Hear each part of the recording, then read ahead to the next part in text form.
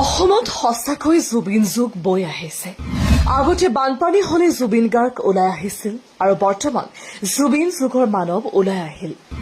সঁচাকৈ আজি বহুত সুখী হৈছে চাগে জুবিন গাৰ্গ।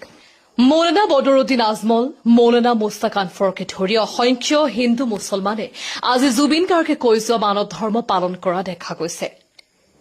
আজি সম্পূৰ্ণ ভিডিঅ'টো দেখাৰ আগতে এটা অনুৰোধ, সকলোকে ভিডিঅ'টো বেছিকৈ শ্বেয়াৰ কৰি দিব যাতে কি হিন্দু কি মুছলমান সকলোৱে এই ভিডিঅ'টো এবাৰ হলেও দেখে। এবাৰ অনুভৱ কৰি চাওক, উজনি অসমত বানপানী জুবিন যুগৰ মানৱ ধৰ্মৰ কথা সঁচাকে বহু কথাই শিকাই গৈছে।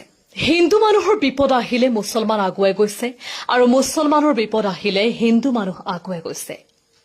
এয়াই হৈছে প্ৰকৃত মানুহ।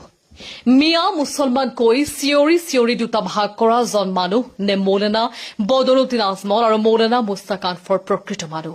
মৌলানা বদৰুদ্দিন আজমলে বানাক্ৰান্তক সাহায্য কৰে 2 কোটিত অধিক সাহায্য আৰু মৌলানা মুস্তাক আনৱাৰে 1 কোটিতকৈও অধিক সাহায্য প্ৰদান কৰে।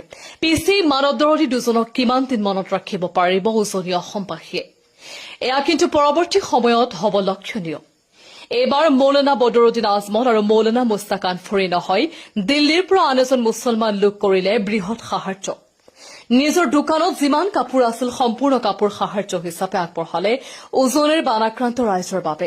ভিডিঅ'টো ভাল লাগিলে শ্বেয়াৰ কৰি দিব। तुम्हें चांद पे जाना है, तुम मियाँ की गाली खाने के लिए पैदा नहीं हुए हो। 20 साल के बाद कोई पॉलिटिशियन हिम्मत नहीं करेगा तुमको मियाँ बोल के गाली नहीं।